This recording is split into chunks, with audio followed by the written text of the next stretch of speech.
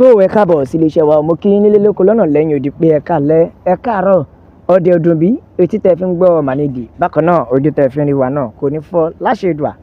ẹ wà ní róńgbé sọnù bí ò ṣe bí ọmọ ẹ wo èmi ò gbàgbọ́ nínú wọn Nàìjíríà o ẹ gbọ́ ta ló sọ èyí ó ní mi ò gbàgbọ́ nínú wọn Nàìjíríà ta ló sọ èyí lára àwọn ọmọ ex-governor ní o bẹ́ẹ̀ ni ìyẹn ọmọ El-Rufai Bashir El-Rufai ìyẹn ọmọ former Kaduna State Governor Nasir El-Rufai ó ti sọ gbangba ó ti sọ ní gbangba kedere pé wọ́n Nàìjíríà ó ní èmi ò gbàgbọ́ nínú wọ́n Nàìjíríà ó ní ṣé wá rí ohun tó dáa jù tó níyì jù ni pé kí oníkálukú dá dúró lọ́tọ̀ọ̀tọ̀ tẹ́ ẹ̀ bá dẹ̀ gbàgbé bàbá ẹ̀ èyí tó jẹ́ El-Rufai ó ti sọ ó ní Nàìjíríà ní tó fà tẹ́ ẹ fi pín ni pé tẹ́ ẹ bá ti lè manage láti restructure orílẹ̀-èdè yìí ó ní òun ló máa dá pàápàá jù lọ ṣe rí àwọn ará ìlú wọ́n á lè mọ olórí wọn bẹ́ẹ̀ ni where citizens will know their leaders and hold them accountability wọ́n á lè mọ olórí wọn wọ́n á lè mọ̀ pé ìwọ Sùrájù ọmọ agbégi lódò ló dà lóru wọ́n á lè bú so á lè explain tire wọ́n tún wá sọ o he wrote regional autonomy can easily solve this situation of blames game ìyẹn El-Rufai ló sọ bẹ́ẹ̀ o bẹ́ẹ̀ ni ó ní it is crucial as all citizens of this region will be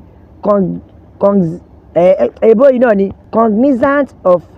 who they can directly hold responsible for their woes tó túmọ̀ sí pé ẹni tó máa bùṣọ fún àṣìṣe ìlú ṣùgbọ́n náà ọmọ El-Rufai jáde ó ní èmi ò gbàgbọ́ nínú wọn Nàìjíríà ó ní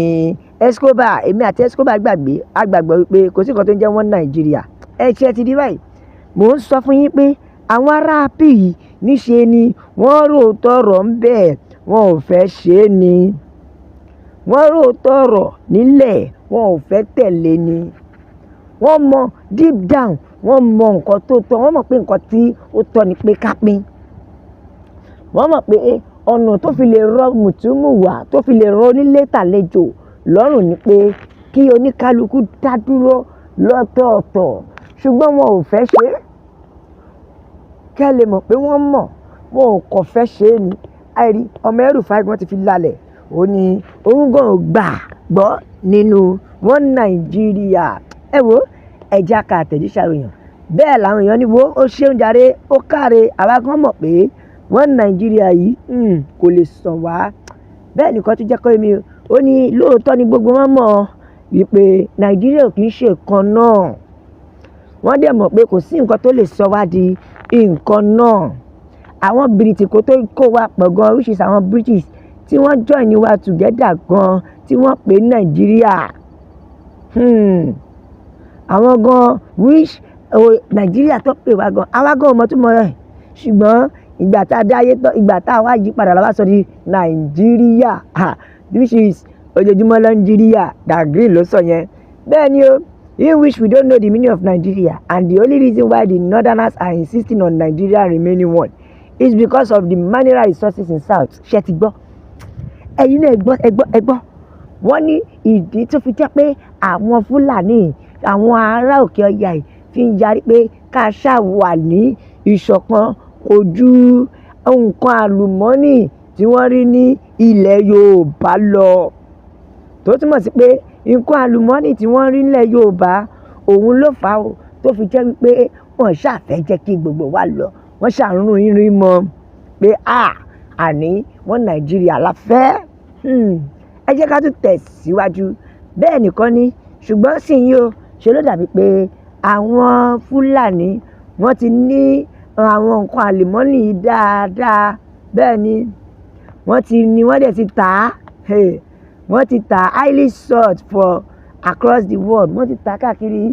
orílẹ̀-èdè wọn ò ní nǹkan kan láti lose mọ́ ẹgbọ́n ṣe lóòótọ́ ni wọ́n ní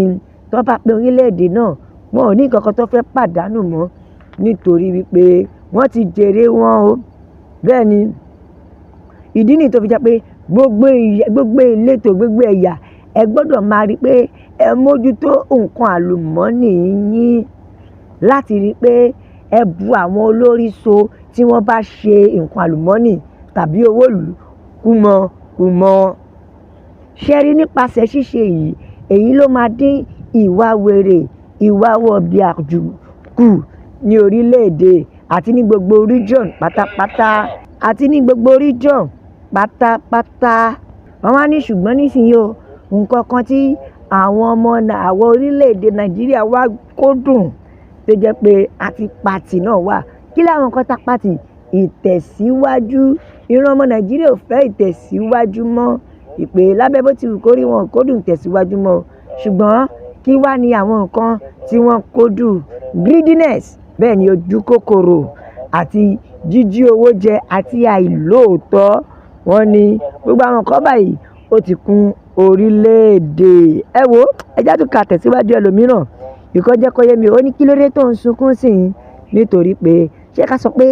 ìjọba ò fẹ́vù ẹni ló ṣe ń sunkún ni àbí bẹ́ẹ̀ nìkan ni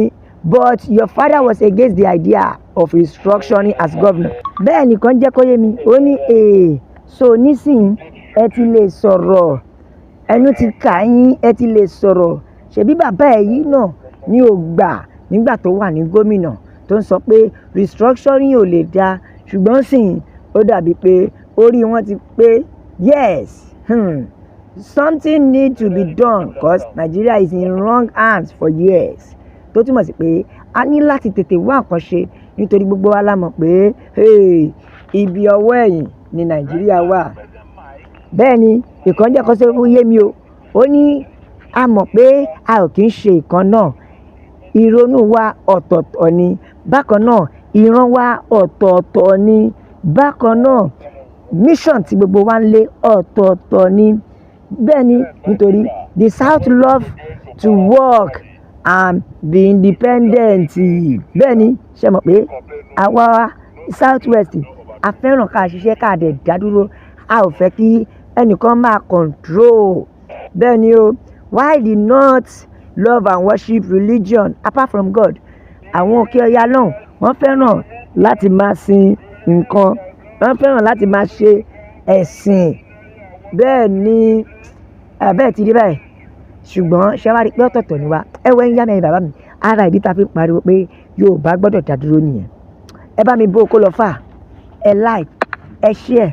ẹ subscribe ẹ tẹ̀ sójú ẹ jẹ́ yá àwọn èèyàn lọ́tún ló ti pé Yorùbá nation ni o la fi sọ pé God bless Yorùbá nation ọlọ́run á bùkún orílẹ̀-èdè mi o ó dàbọ̀.